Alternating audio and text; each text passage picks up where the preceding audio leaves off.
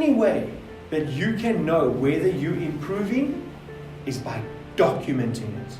A life worth living is a life worth recording. So if you truly want to make a change, we need to start the documentation process. Now what we're going to do, it's called the Wheel of Life. Now have you ever heard people talk about being a rounded athlete or a rounded person?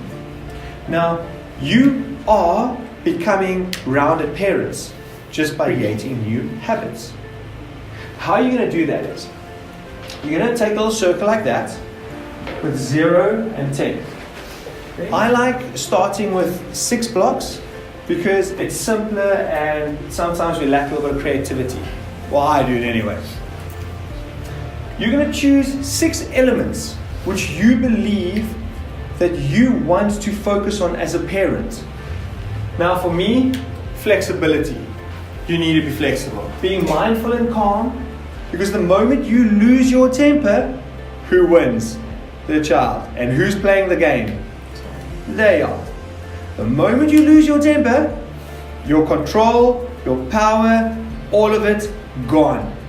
Self-talk. So for instance, the little voice in your head, for example, when you're under pressure, do you say to yourself, oh, you're not good enough for this? Or when you lose your temper, what kind of things do you say to yourself about yourself?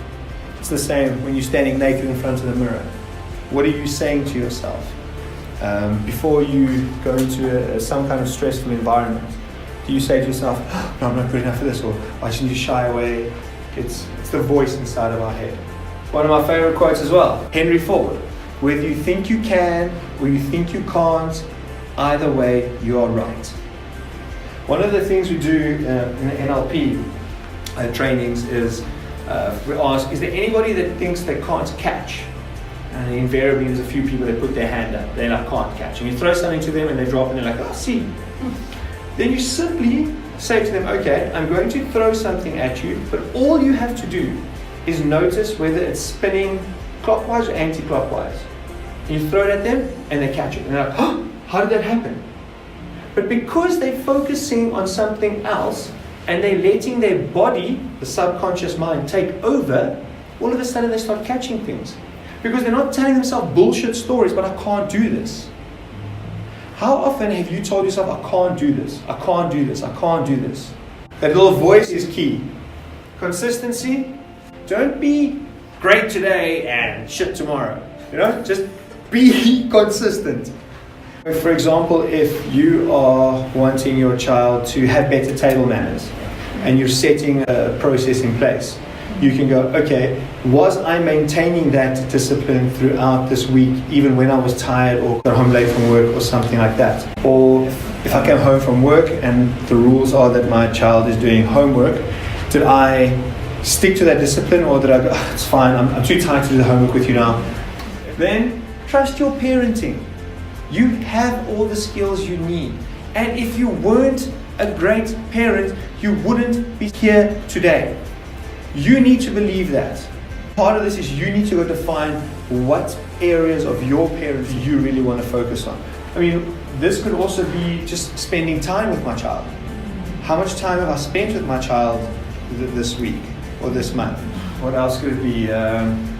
Exercise with my child, anything that you feel you want to engage with your child. So what you're going to do is you're going to draw your little circle, 0 being not great, 10 being great. You're going to fill in what score will you give yourself right now on your ability to stay calm from 0 to 10. What score will you give yourself on your self-talk? 0 to 10. How much will you give yourself for consistency, for your discipline?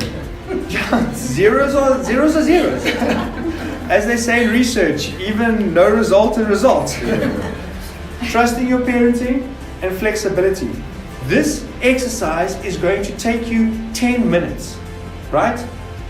There's 164 hours in a week. There's 1,440 minutes in a day. Take out 10 minutes a month to do this. Everyone's got smartphones these days. Make a folder and you can literally do it, take a picture of it, and keep your folder for the year. And you can see, okay, how will I rate my mindfulness this month? my consistency, self-talk, and. If you want to even be better, you can do it every week. Why do New Year's resolutions fail? Because when do you check in with them next time? 365 days later. So if you lasted a week, you forget about it. But if every week you're like, I am stopping smoking. How did that go? Okay, I didn't smoke for 3 days. Perfect. Then next week, I didn't smoke for 4 days. Next week, I didn't smoke for 5 days. Okay, I had a bad week, a couple of birthday parties, I smoked 4 or 5 times, I was stressed, whatever. But if you're consistently checking in with yourself, you can develop a process. You can develop a track record. So now you know, okay, my mindfulness is not working. Okay, what can I do with it? Am I engaging with my mindfulness practice every day? Because it's an everyday thing, but it's something that you consistently have to work on. If you want to stop smoking, it's not like you're going to stop smoking and then never smoke again.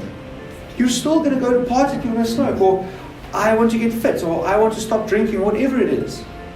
We need to stay consistently on ourselves. We need to set standards.